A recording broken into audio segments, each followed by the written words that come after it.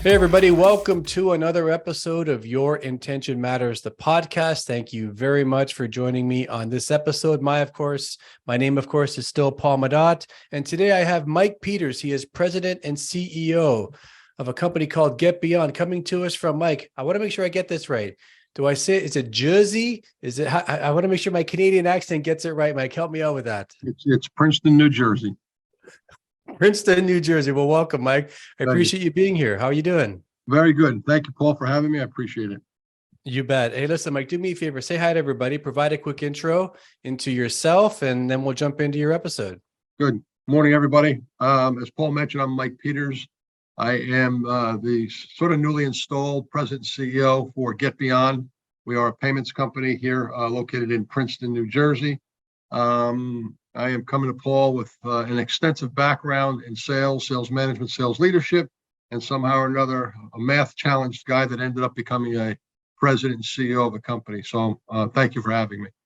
You bet. Mike, a husband, father, both, neither? Both. 40 years my wife has put up with me. Married 40 years. I've got two children, a 30-year-old son, a 32-year-old daughter, 4 grandchildren, and they keep me pretty darn busy. Hobbies are a golf, I fish, and I'm presently in the process of building a cabin up in the middle of nowhere, which will probably be my my escape. Everyone has a man cave. I built a man cabin. Couple of acres. I love it. Well, congratulations. Exactly. My wife and I have been married 10 years now, and we have our 2 kids, and our youngest is turning 7. And but a year ago, he's finally out of like the diaper phase. It's like we're like high fives in the house. Absolutely. When that finally happened, right? There's transitions in children's lives out of that stage. Then it's boys and girls. Then it's cars. Then it's college. Then it's, I'll just use the analogy: little kids, little problems; big kids, big problems. That's all I can tell you, Paul. Good luck. And the one thing I've learned so far is that the one constant is money out the door. That's the one constant. Absolutely. That's so far. They're never off the payroll. I got a 32-year-old daughter. I still pay her cell phone bill. I'm trying to figure that out. So I love it. Well, listen, Mike, thanks so much for being here. We were talking before I hit record, and I was talking to you about the foundation of the podcast, where it's called Your Intention Matters, and it's really built off of my foundation, and nothing is really given to any of us. And most of us in the world of sales and sales leadership and management and so on, never thought we'd even kind of get into this. And yet here we are, all trying to figure it out. And if you're ready to go, let's jump into your episode. You ready to go? Absolutely. Let's go. All right. So let's go back in time. Let's go back to, I see here, Montclair State University. Where is that? And I saw business administration. What made you kind of get into management and business admin? Anything before that kind of triggered that's what you want to do? And where is Montclair State? Montclair State is state school in North Jersey. Obviously, North Jersey kid. I wasn't one to go away to school. My parents were sort of modest, so I put myself through college, at nights and during the day. Sort of probably took the 5-year program, not the traditional way to go, but I managed to get through. But I probably have to turn my sales career and my background back a few years before that for a few moments, and then we'll jump back ahead. So I got the introduction to the business world back in 1969. That's the year the Mets and the Jets won championships. We put a man on the moon, and a young 11-year-old kid got the background and advantage of learning business from his grandmother. And the story goes like this, as brief as it is. At that time, my mom had to go back to work. Mike couldn't stay home by himself at 11 years old. So across town, I went to grandma's house and hung out and during the day when mom worked and got picked up at 4:30, 5 o'clock. Well, after about a week of driving my grandmother crazy, she grabbed me by the arm, took me down to the basement, and says, "This isn't going to be good."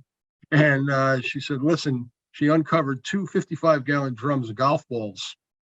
And the story goes that my grandparents lived on the other side of a fence from a golf course on about 240 yards off of the number 3 hole. And just about every other golf ball landed in their yard from people that had a slice, if you're a golfer. So over Yeah. the years, my grandfather collected these golf balls, threw them in a drum, and they lived there for 40 some years. Long story short, grandma said, try to figure out what to do with these, but stay out of my hair. So I grabbed a little red wagon, a couple of egg crates, bucket of soap and water, cleaned up a bunch of golf balls, went down to the corner of the tee box where the guys hit golf balls over that fence and started selling them for 50 cents and $1 a piece. And for 3 summers, I was the only 10 and 11-year-old kid that had $100 in his pocket. So I learned sales in that way. I learned supply and demand that way because I ran out of golf balls after 2 summers. And I says, well, I probably need to find more. Walked around the perimeter of the course, picked up golf balls, did that for another couple of years. And then I learned the collection side of the business by one individual. And the story ends like this. I had one young fellow that after I handed over the egg crate of a dozen golf balls, I says, that'll be $12, mister. He says, half of these are probably mine, kid. He goes, I'll catch you another time. And up the fairway he went. I packed up shop, brought everything home, and I knew every hole in that fence in the golf course. And I managed to figure out how to get all 12 golf balls back every time he hit one. And so that was my intro. Turn the clock ahead. I had no idea I was going to get into sales, Paul. College, I wasn't growing up thinking I was going to be a sales guy. I figured I'd go be some executive in a company, learn business administration, and lo and behold, I ended up starting a small company called Dun & Bradstreet back in the day in the early 80s. And I started as a collector. I collected money for a while. I realized that there was an opportunity for me to jump into sales. I knew nothing about sales. I was a pretty shy kid at the time. And I had, at the time, my mentor grab me and say, listen, I'm going to teach you how to sell. And that started my career in sales. I carried a bag for many years selling collection services to the point where I rose to actually running the sales organization for Dun & Bradstreet 10 years later. So that's sort of where it takes me to that point in my life. Mike, I'm curious about your introduction to sales because you mentioned that you were in collections for a bit, and I did that as well when I got into credit and collection on the banking side for a long time, and right. And I was out of work when I was first introduced to a sales opportunity. So I was looking for a job. I had no real aspiration of this amazing career that you can get with sales. It was just, I need to pay the rent and let's get a job going here. What I'm curious about is my story on sales before I ever really got into it was kind of dirty. It was you almost have to lie. You have to force someone to buy something. It was, even though I never really had that experience as a buyer, the films at the time were never really showed these ethical approaches. It was always these got to get the deal. And I was a little bit closed off with thinking, well, I'm not really this guy who can force someone to do something they don't want to do. And so did you transition into a sales role fairly easily? Was it a harder transition for you? If you go back to even whenever that was in the 80s, what was that transition like for you when you first started carrying a bag? It's actually interesting. When you collect money, as you know, you've done in the past, you're selling somebody on doing something that they didn't intend on doing initially, and that is paying the bill. Or you're convincing the customer that you're collecting it for that, listen, Paul doesn't have all the money, or Mike's business doesn't have all the money, and I think we should settle. And now you're selling them on trying to accept the settlement. So there was some sales aptitude, but it was always over the phone. It was never in person, and I didn't have to make an appointment. It was, they were talking to me because they had to talk to me. Transitioning into an actual sales role, to your point, I always had this image of Tin Men, Glengarry, Glen Ross, those type of environments where it was really, this is how I have to make a living, a car salesman, things like that. And it didn't bode well until I met a fellow that mentored me at Dun & Bradstreet from a sales perspective. And he taught me the in-person portion of it, literally from walking in the door and dispensing with some pleasantries initially from, hey, is that a picture of your wife and kids, or does that picture come with the frame? That type of thing. And just to create some type of loose environment where you were comfortable and you were genuine. And listen, I open my mouth, I give myself away. I'm from Jersey. I'm probably not the most refined. So he taught me to clean that up and obviously focus on the task at hand. Intro, get them comfortable with you, develop a relationship, and don't push the sale. And I was never a pushy salesman. I probably had a horrible first, second call close ratio, but I hung in there for many, many opportunities where down the road I closed the deal because I was courteous. I was focused on their needs and their wants, features and benefits, which salespeople don't sell anymore. They sell on price. So I learned the business the old-fashioned way. I love it. And how many years were you at D&B overall? It's almost 11. Almost 11 11. years. Yeah, I went from sales trainer, sales manager, VP of sales, ultimately to running, the sales channel, and left that industry to get into the merchant business. A few years later. Mike, I left Xerox after about 10 years to kind of start up my own company. And you left, to go to do something different. I can't imagine that after that many years, relationships and successes that you had with the company and meeting different people in the various roles, assuming it was your choice, which it sounds like it was, it doesn't sound, I imagine it was not the easiest of choices to move on. No, it wasn't. I left the organization. At the time I was, a little over 30. I was in the process of adopting a son, had a wife that was pregnant, and I had enough of the management side of the business for a while, high pressure, corporate America, and I wanted to control my own destiny. So I ended up ultimately getting into the merchant business and starting a career completely over in another industry. And I started the old-fashioned way again. Carrying a bag, managing a couple of salespeople, and learning the business that way. So, learning the hope for people that go from one industry to the next, whether it be 10 months, 10 years, 15 years, 20 years, if you're a true salesperson and you have the right focus and you can sell features and benefits, you can pretty much sell anything, is my opinion. And so the decision to move on, where did you go? I went. I got into the business with Chase Merchant Services. They were looking for a district sales manager. Nice, cushy job, managing 14 people, not 500 people, as the VP of sales. Right. North Jersey territory, young kids or one on the way. I said, I'd like to be close to home, spend some time. And, I wasn't there very long before the president of the company, who happened to work out of my office, said, listen, he goes, what are you doing here? And I said, what?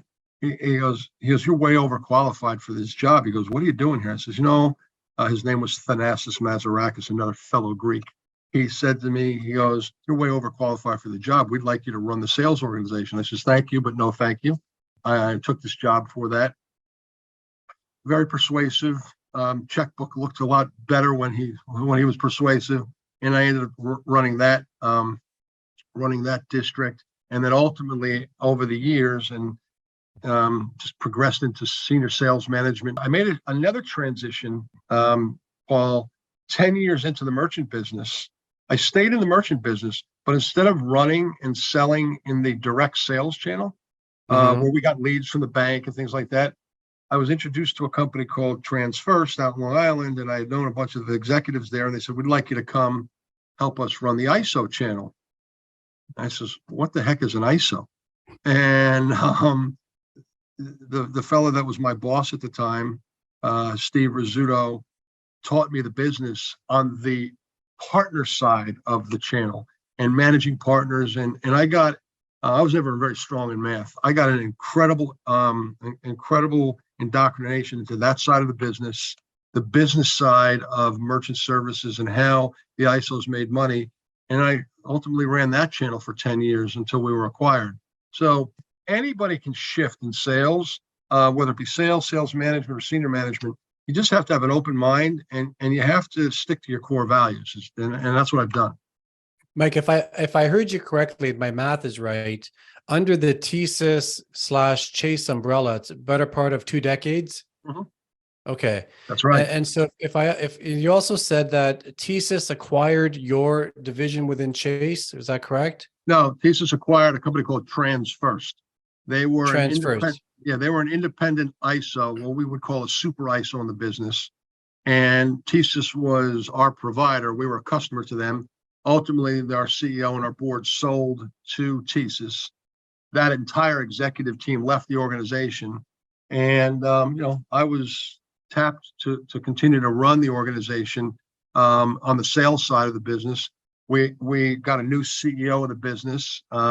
He came from Barclays Bank, and I reported to him for a while, about a year, 12, 13 months, and then he abruptly left. And that's how I got introduced to the CEO role. The chairman of the company at the time asked me to step in to run the organization. We were contemplating a sale of the company. We weren't sure who we were going to sell to yet.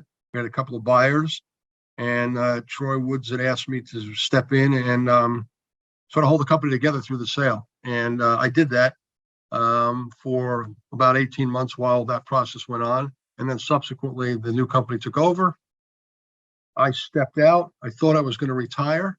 And the only thing I failed at in 28 years or 24 years in the merchant business, the only thing I failed at was retirement. I came back out of retirement to help Bob Carr run this business, and I met Bob a few years prior while they were a customer of ours at TSYS. And it's a much smaller company, but same principle, same values that we try to sell to both our merchants and our clients. Mike, when you first caught wind that TSYS and maybe TransFirst were talking and that this probably was going to happen, and being the company that was being acquired and not part of the company that was doing the acquiring, any concerns if you go back to that time around? Well, am I going to get packaged off if I stay on? This is a new company. What if it's a different culture? It's a different environment, and because change can bring a lot of questions. And I'm curious about your mindset in the decision to stay on. Did you ever consider taking a package and moving out, or what was that like for you? Anytime there's change, Paul, you have to, especially when you're acquired or being taken over or merged with an organization, there's always that risk that you're not going to be the guy or the gal that's going to march into the new organization, because people want to run their businesses. I've been fortunate over the course of my career that I've developed strong ties to the right people within the organization. I've always done the right thing in organizations when no one's looking. I would tell you that if you polled 100 people, there's probably a few that say, oh, that guy. And there's probably a lot more to say, oh, that guy's a good guy. So you got to do the right thing for people across the space. I believe I've done that for the most part in the industry. And yeah, I mean, I was concerned. I was fortunate enough to be second in command. I was the number 2 guy all the time. And typically the number 1 guy gets the hatchet because you can't have 2 number 1 guys. Well, I was always the number 2 guy. And when the number 1 guy moved on, this, most smart acquirers that they take on new companies, they need to make sure that they focus on the right details within the business. And I knew where all the skeletons and light switches were in the business. So I survived. As we transitioned from TSYS to Global Payments, when Global Payments acquired us, I was that number 1 guy now, and they don't need 2 number 1 guys running the business. They were the acquiring side. I helped them through a transition. And at that time, after having met the folks at Global, they had a model and conviction on how they run a business, which I give them an A for, because they've stuck to their models ever since I've known them. And quite frankly, they didn't need 2 guys running it. And they felt as though they obviously didn't need me. And I knew the very first meeting, the handwriting was on the wall, that I wasn't going to be that person. You have to have a little bit of a sixth sense and a little bit of a gut for where you're headed. And keep your ear to the street and your eyes open, and you shouldn't be blindsided. I mean, if you're a producer, they're never going to get rid of producers until it comes to the point where you are the number 1 guy. And at that point, then, the decision has to be made. Mike, as I've been listening to you kind of talk about your journey so far, there's been a trend, and that's been long runs within the same organization, multiple roles, but big progressions within your career. You've got 10 plus at D&B, call it 15, 20 merchant services, TSYS and Chase, but all under the same company, just acquisitions along the way. And there's people that are watching this or listening to this who can't even fathom the idea of staying 10 years at a company. Like there seems to be this big trend today. You see on LinkedIn, you'll see a salesperson, 29 years old, worked for 4 companies in 8 years, and it just seemed 18 months, 2 years. And so, do you recall going into these organizations with the mindset of, okay, I'm going to exhaust my entire run here, or was it just how did it happen? Like, why did you stay? I imagine with success, to your point, when you're a producer, you must have had people looking over the fence saying, hey, come over here, I want to talk to you about this. And so was this a conscious decision to stay as long as you did, or did it just kind of happen and it just happened? So it's a great segue into this. So when I started with Dun& Bradstreet, I grew up in an era where, dad worked for the same company for 40 years, mom worked for the same company for 30 years. I started with Dun & Bradstreet. I was going to be there for life. I'll get my pension, and matter of fact, I qualified. I was there exactly enough time to qualify for a small pension. But then there was an opportunity that came along that, as they say in The Godfather, it's just an offer that I couldn't refuse. And you really have to think about where you are in life, and you say, you know what, this is life-changing money. This is life-changing opportunity for me to take my family to the next level. So there's a couple of types of sales. There's lots of types of salespeople. There's a couple of types of salespeople Mike Peters is. One, very loyal to the organization, probably not a very big risk taker, especially early on in my career. Was always working hard for the next buck. Spend it as fast as it came in. I love salespeople like that because they work hard to do that. And I had kids and college and homes and things, and I was not an entrepreneur. I didn't take that risk. So I felt a secure job, benefits, got paid fair, worked hard. I'd go a long way within an organization. So my loyalty factors in, so much so that when I was with TransFirst in the merchant business, I was probably midway through my tenure with them, about 5 or 6 years. I had been approached by a couple of different organizations, very big. I would say probably life-changing money, but some relocation was required, which wasn't in the cards. A lot of things brought me back to, what, I'm not willing to take that chance. But more importantly, I was very loyal to a group of folks that taught me the business. I was with the TransFirst for, like I said, 9.5 years before they were acquired. And loyalty means a lot to me. I mean, once you're in the family, you're in the family. And I worked for John Schlonsky and Rizzuto and those guys for almost 10 years. They taught me a tremendous amount. And to walk out the door for an extra 25 or 50 grand a year after take home, what is that, 15, 18 grand? It didn't make any sense. Now, to your point, I'm looking at resumes all day for sales managers in advancement. I look down and I say, holy cow, this guy's been in 5 different jobs in 6 years. That was a red flag 15 years ago, 20 years ago. We got a problem here. She's a job hopper, he's a professional interviewer, she's a professional interviewer. Not so much anymore. Millennials and the Gen X's and all these folks now are looking to better themselves and go to the next level. And honestly, I wish I had a bigger set back in the day where I took some of those gambles, because I probably would have done better financially. Would I have done better? Listen, I put my head on the pillow every night. Fortunate that having left TSYS with a very big job, I thought I was going out of Yankee and pinstripes. I was retiring. So, I've come back, working for a good company, but I built a good reputation. And I don't think that people that leave to better themselves are an issue. And because this is a close-knit industry, I know a lot of people that are not successful, that job hop. You can filter those out pretty quickly based on the interview process or the discussions. But it's just the world is different now. COVID's changed things. Yeah. The world is just different. I got kids coming out of college that are expecting $200,000 salaries, and I tell them, when you find that job, let me know. I says, because I'm going to go take it. And I says, I'm going to apply too. I'm going to apply too. But then there are, and higher education in sales does not necessarily materialize into big earning potential, big dollars, or advancement. Listen, I'm classic proof of that. I struggled through school. If you talk to my cohorts at TransFirst, they tell you this. Can't even add 2 and 2 together half the time. I was very math challenged, but I knew how to get to the bottom line and to read a pipeline and understand sales. And people appreciate that. Just be yourself, be genuine, be honest, take care of people. There's always exceptions and compensation and the rules and things like that. You have to pick and choose your spots.